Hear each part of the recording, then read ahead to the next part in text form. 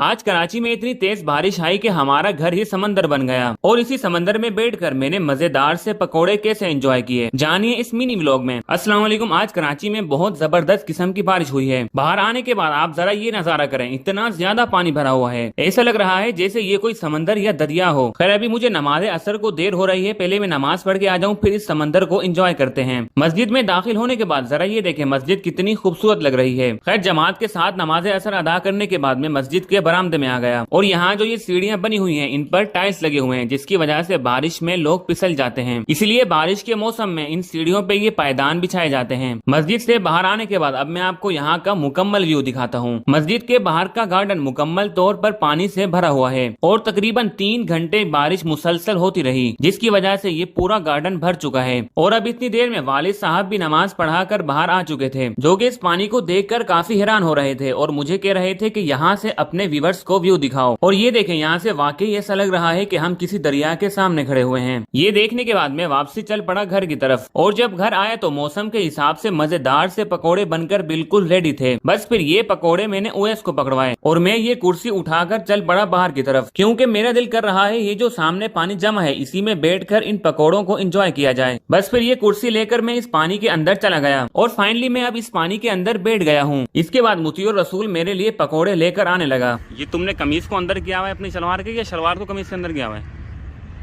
ये तुमने किया हुआ क्या है, समझ ही नहीं आ रही।